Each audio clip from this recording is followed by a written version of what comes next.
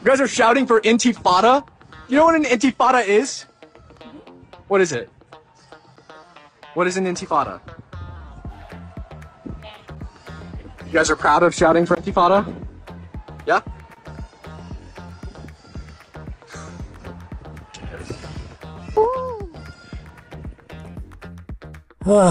Again, I can't quite understand what they hope to accomplish. And but I mean they, I'm talking about these group of self-entitled, spoiled, college-age students who are incredibly immature on so many levels.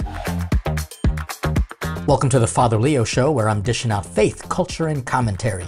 And in this episode, we're going to delve deeper into the question of what in God's name is happening on elite campuses for colleges and universities.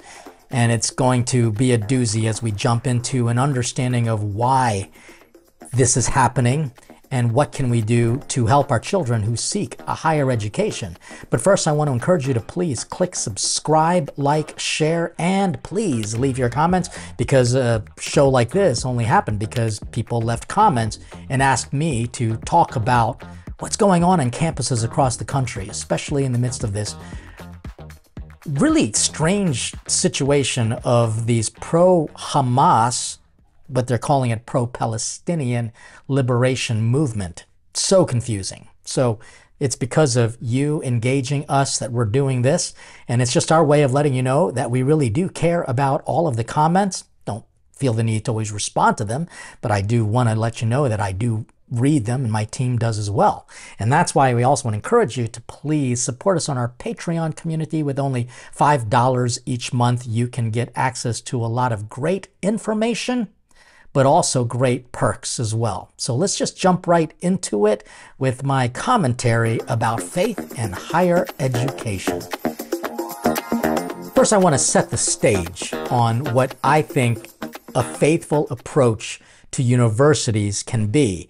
But here's why we're talking about it. This comes from actually Harvard, a place of elite education. And then you're going to see it has become far from elite or educational. Check this out.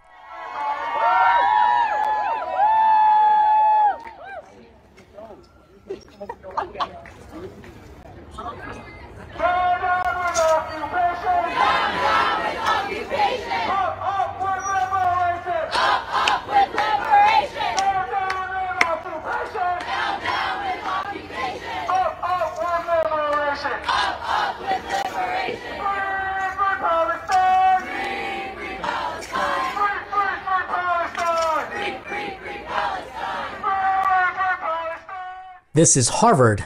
This is an Ivy League school. And what's strange is that they are rejoicing over the fact that a Palestinian flag is hanging where a United States flag, or at least the college flag, should be hanging. And what I find kind of embarrassing for Harvard is that they have these scruffy college students who are acting more like immature children having to chant, and they honestly think that it makes an ounce of difference. We're going to jump into the culture part in a moment, but I think I want to say first and foremost that education is supposed to be that which helps mature minds, not dumbs people down to the point where they're literally chanting like you would like a school, nursery rhyme, down, down with occupation, or in up, up with liberation. I mean, these are supposed to be the best of the best.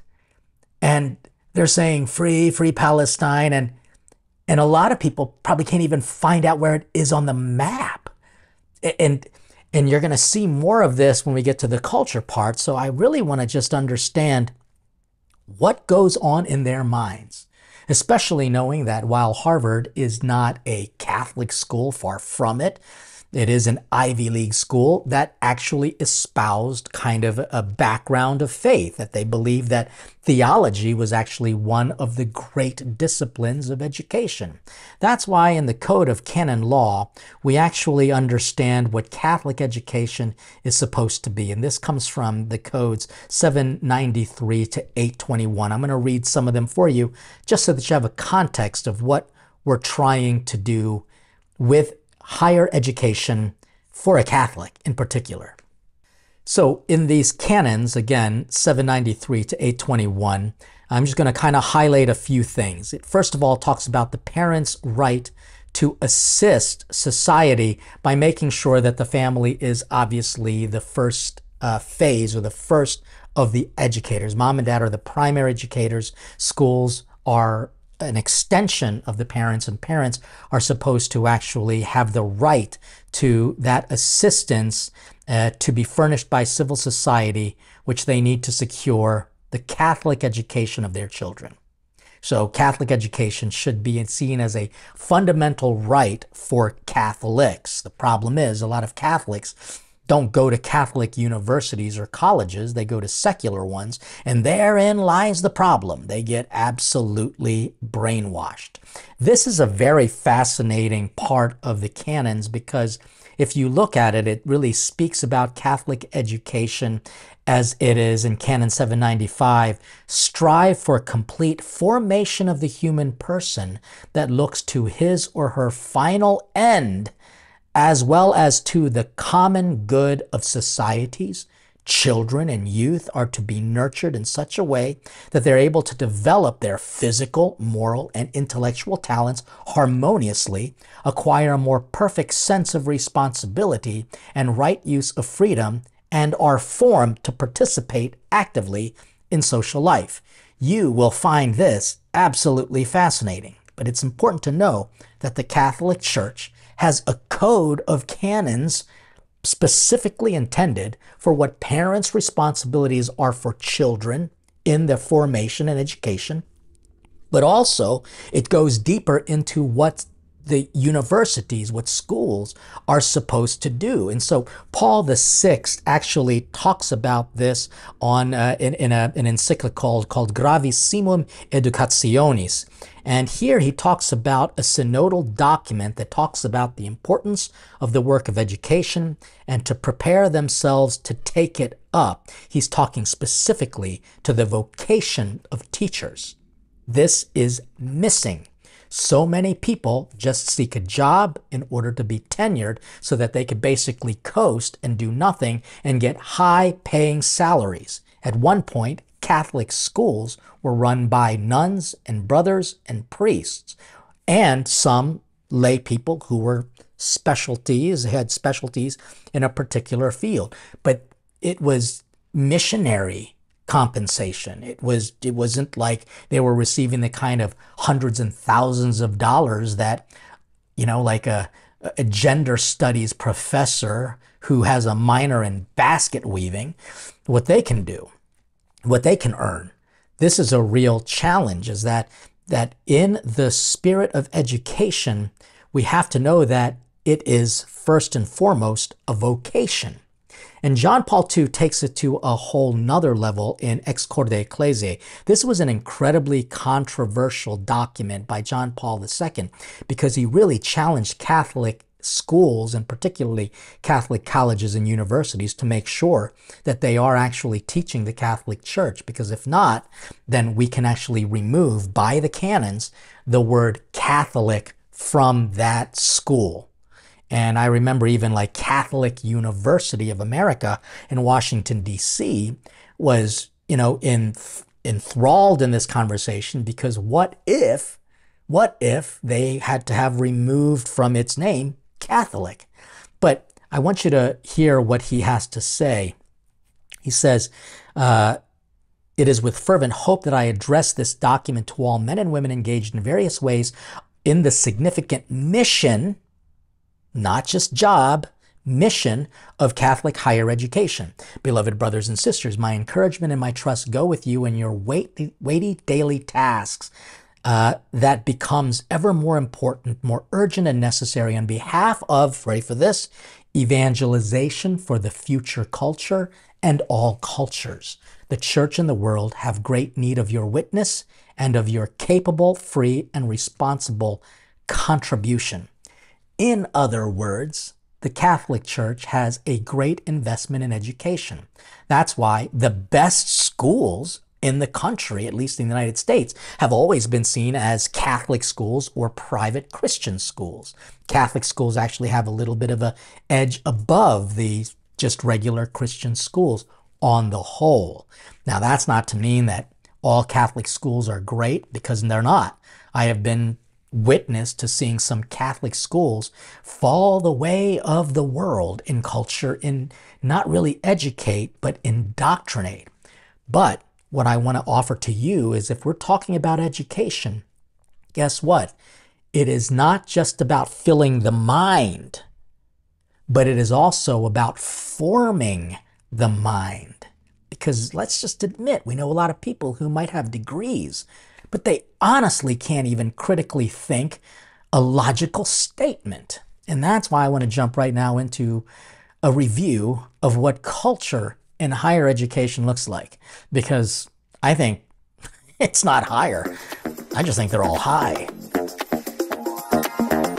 It's very interesting that I did an episode on Nova Huta and John Paul II. You can actually review it. It's a couple weeks back, a couple episodes back, about what communism wanted to do. They wanted to basically create a perfect city where basically you just have a bunch of workers, and the people on top, the elites, they tell you what to think and how to feel.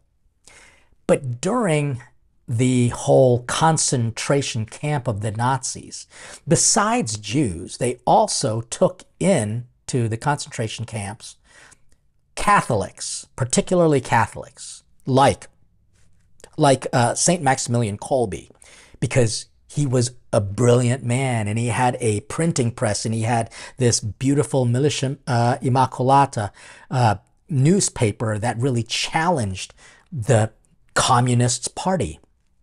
Socialism, basically this whole elite form of governing that removed the rights of the people. Maximilian Kolbe challenged that. In today's world, he'd be canceled or brought into a bishop for being too political. It's so sad that we are there now. That's why I say, just because a Catholic school says it's Catholic, you got to really look into it and find out what they're teaching.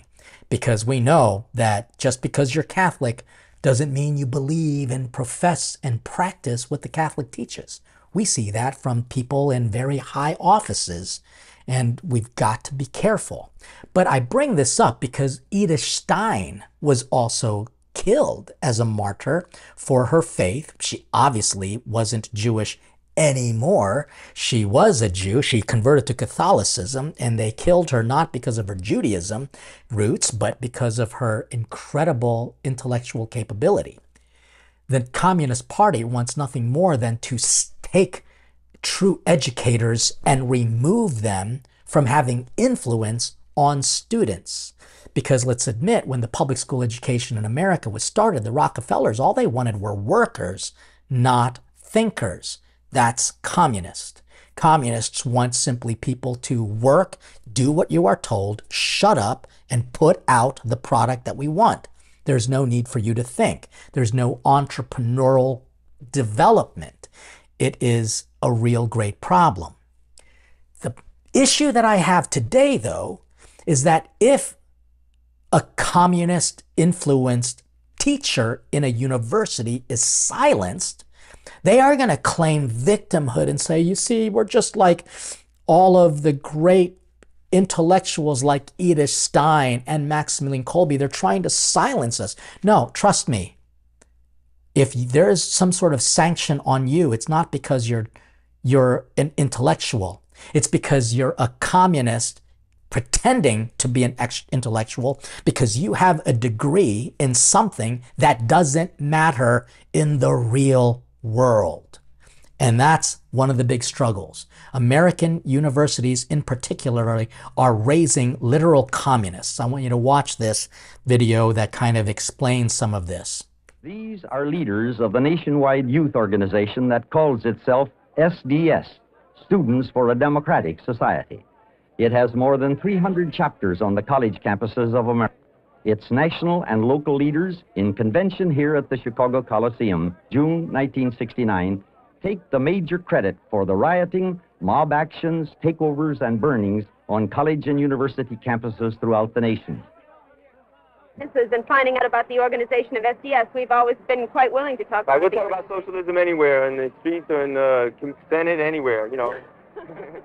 I'm Mike Clancy, National Secretary of SDS, and this is Bernardine Dornh, Inter-Organizational Secretary.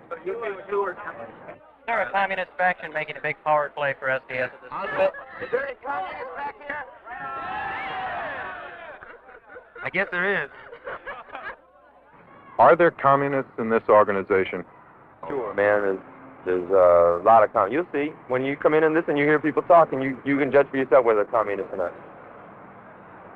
There are communists in the organization. There's no doubt about that. There are also liberals in the organization. You see, right there, you can see that it all started in this kind of like this, the hippies of the 1960s and the 70s. And, you know, it was just such a weird time for America, where they were really fighting against anything institutional that looked anything like conservative principles. And this has nothing to do with liberals or conservatives. This has to do with making sure you can discern what's happening in the higher education. This is well funded by secret wealthy people, including George Soros. I mean, he has made it very clear that he wants to fund a lot of these disruptive organizations that promote the immorality of communism.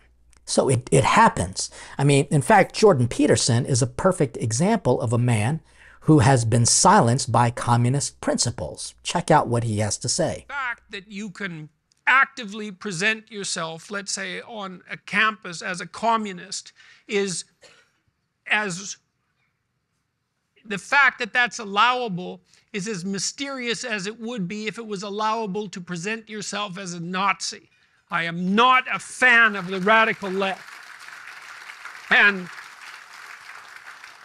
I think I understand the motivations on the radical left, both on the postmodernist end and on the more Marxist end. And because of that, I'm a relatively effective critic, and that makes me very unpopular. So, and that's fine, because I'm not, because what people are being taught that's emerged from that brand of absurd and surreal philosophy is of no utility as a guiding light to anyone. You know, you can love him or hate him, he just makes sense. Communism doesn't want students to be helpful to society, as the Catholic Church's documents have so clearly explained. It is not about education only. It's also about formation. Information without formation creates very dangerous people. They have a science without a conscience, and that's dangerous. We want to make sure that people know the facts. But unfortunately, in today's world, you can see how people don't even know facts at all. They are literally sheeple. They are being misled, and they are being indoctrinated. That's the only word you can describe it. One of the best examples of this is what's happening on college campuses now. Across the country, Ivy League elite schools are having these mass protests in support of a terrorist organization because they don't know the difference between the Palestinian people and Hamas. And I did an episode of the differences between the Palestinians and Hamas several episodes back. You can go back and watch it if you care to. But remember that the Palestinians have a fraction of people who are actually Christians, and they're considered Palestinian. But they are completely drowned out. They're almost an irrelevant voice because the rest of Palestinians are Muslims who are brainwashed, who are used as human shields. Hamas is the government that the Palestinians majoritively voted for to lead them. And Hamas has in its charter the absolute total destruction of Israel. Doesn't want them to be its neighbor, nor do they want them to even exist. And that's what the Palestinians in majority voted for. But here's the problem. People don't realize that Hamas is truly an evil organization. This will shock you. Support Hamas, because your question forces me to condemn Hamas. If I support Hamas, I look really bad. If you don't condemn Hamas, obviously you support it. Case closed. I have had this experience, I had this experience at UC Santa Barbara where there were 50 members of the Muslim Students Association sitting right in the rows there. And throughout my hour talk, I kept asking them, will you condemn Hezbollah and Hamas? And none of them would. And then when the question period came, the president of the Muslim Students Association was the first person to ask questions. And I said, before you start, will you condemn Hezbollah? And he said, well, that question is too complicated for a yes-no answer. So I said, okay, I'll put it to you this way. I'm a Jew. The head of Hezbollah has said that he hopes that we will gather in Israel so he doesn't have to hunt us down globally. For it or against it?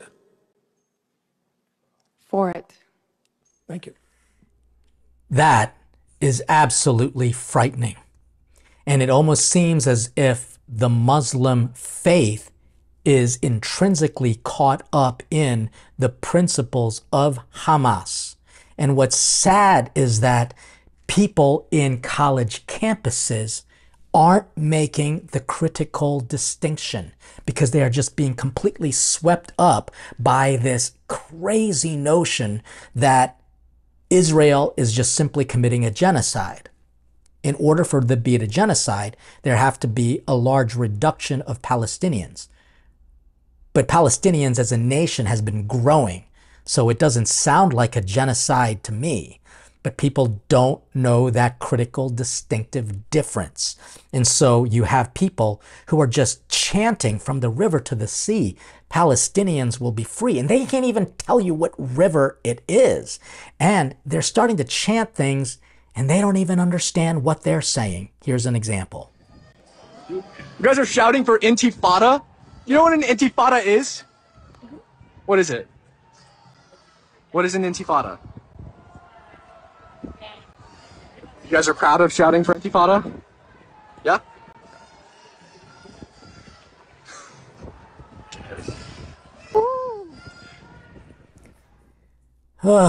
Again, I can't quite understand what they hope to accomplish. But I mean they. I'm talking about these group of self-entitled, spoiled, college-age students who are incredibly immature on so many levels.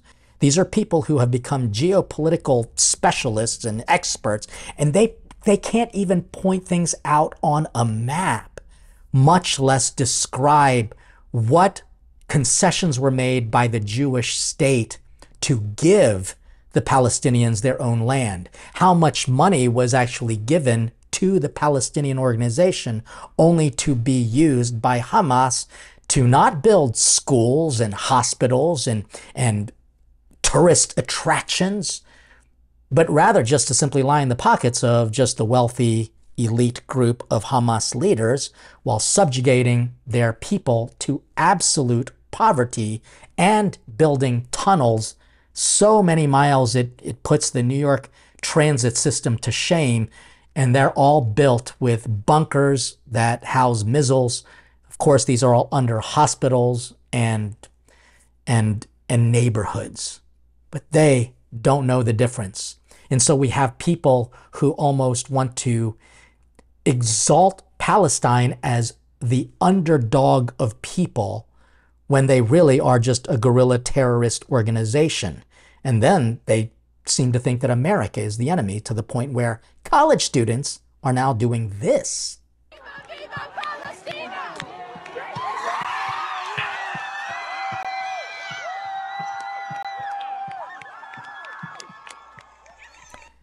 They're literally getting excited when the American flag is being taken down. And we also know that Columbia University, for example, will now, let me just show you what they're doing. They are actually putting classes online remotely, just like those very brilliant days of COVID, where you now have Columbia University getting excited because of anti-Israel, and let's just admit they're anti-Semitic protests like this.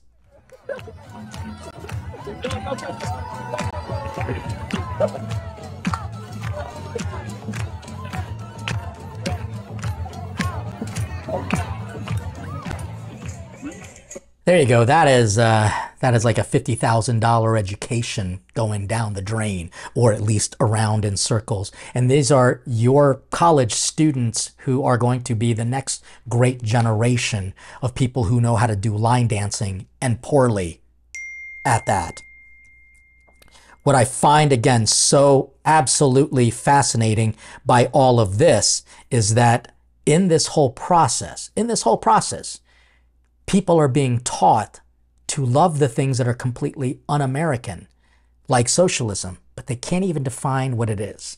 This, again, is another example of higher education in America right now. Is socialism a good thing or a bad thing? I mean, I think people kind of throw that word around to try to scare you, but if helping people is socialism, then I'm for it. It could really benefit our country in the future. I think it's a good idea. Socialism as a concept, as a philosophy, is good. I think that it's got a bad rep. Trying to spread the wealth is definitely a good thing in America, and it's definitely a thing that's needed. There's a lot of things with social welfare that I think would be good to have. Do you have a positive reaction to socialism or a negative one? I'd say a more positive one. I'm definitely more open to it. But we should have a standard of living for all people.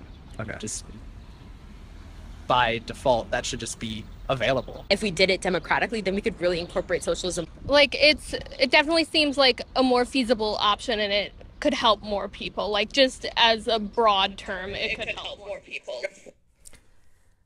Okay, you can see here how uneducated these articulate, almost sounding students are. They can speak the words, they can pronounce them, but they actually don't know what they mean. Socialism is the National Socialist Party of Nazis. That's just what it is. There has been never any successful socialist country at all. They've all been completely miserable in terms of growth for their own economy. In fact, they have the exact opposite. I mean, I think we need to be very aware that college students are not smart. I mean, that's why I appreciate there's an article by C.J. Peterson, who is an incredibly smart. I started following him with like this little high school kid, but he was so smart. He was so articulate. He's an African American, and he actually talks about why he's leaving college in order to avoid being indoctrinated. I'm just going to read a little clip from a little op-ed that he has written. So he writes, "When I made the decision to go to college, it was a no-brainer. It was what I thought I was supposed to do, or at least that's what I was led to believe.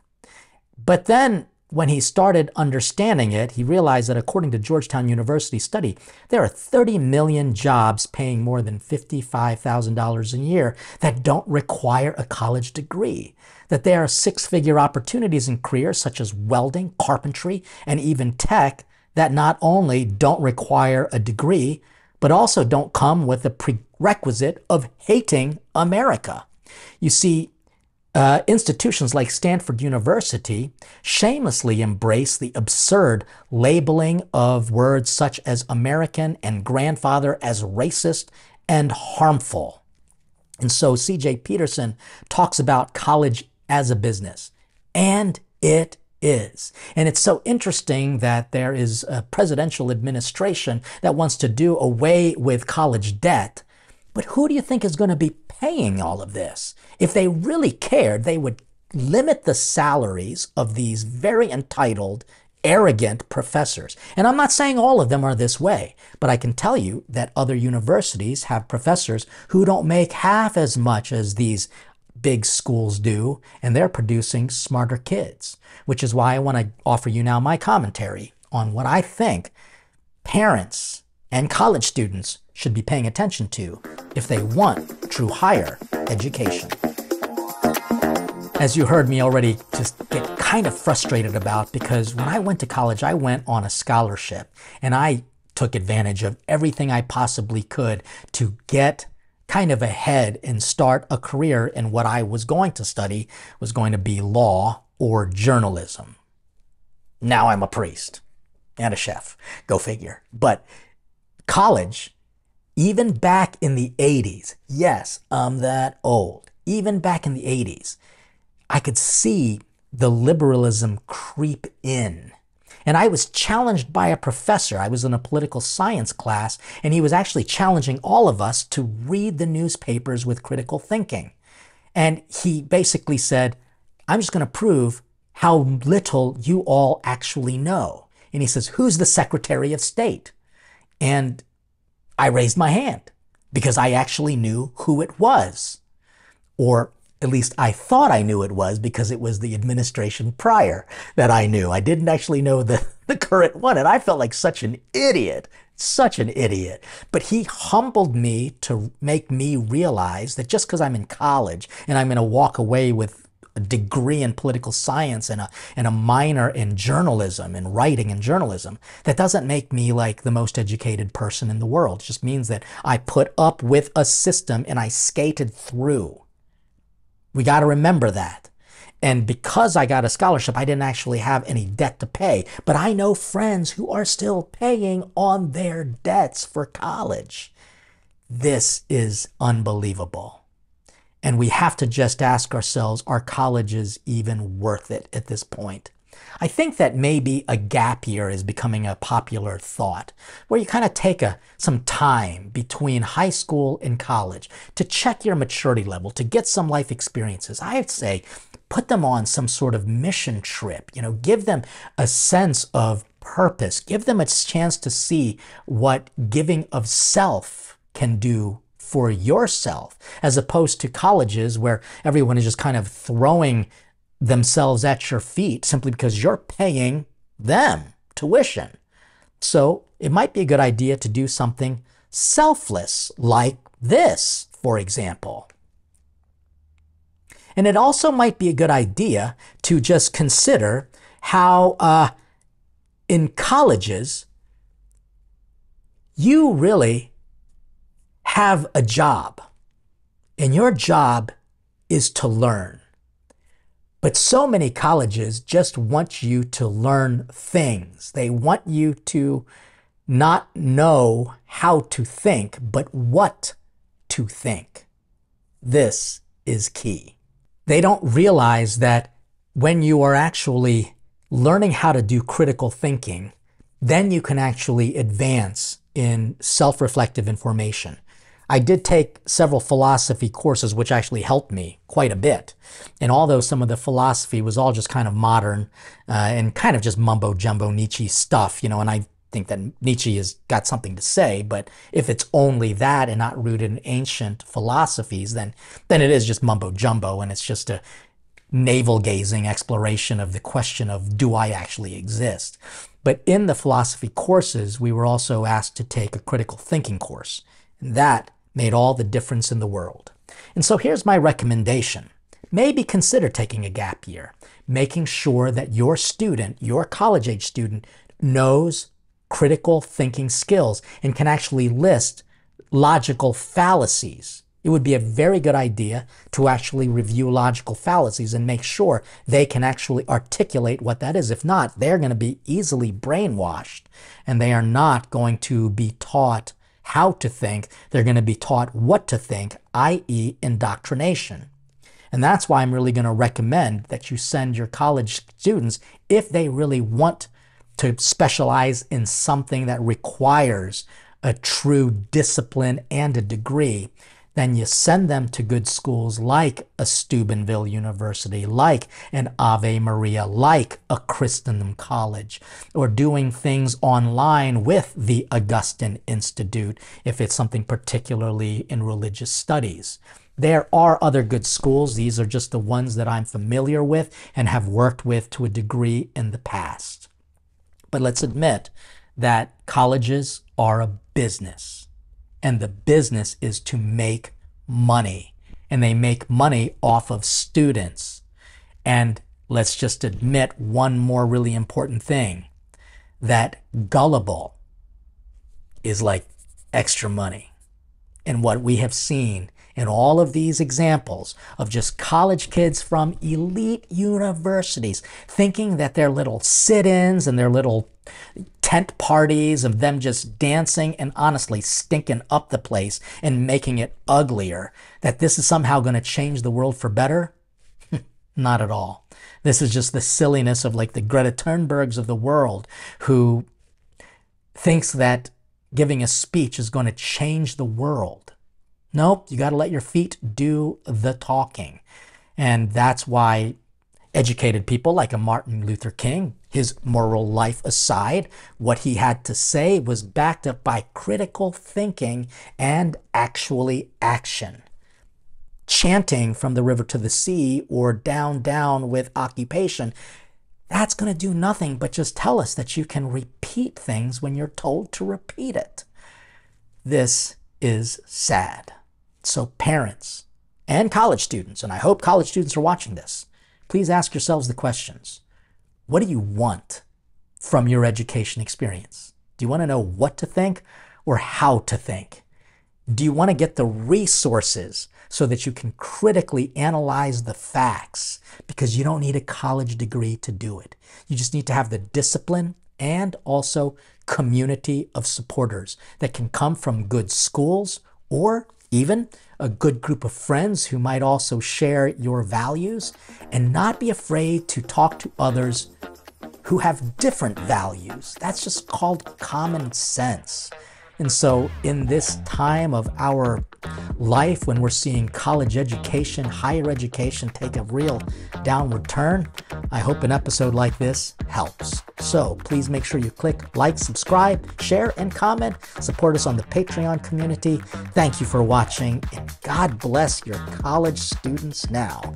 I hope you and they stay hungry for God.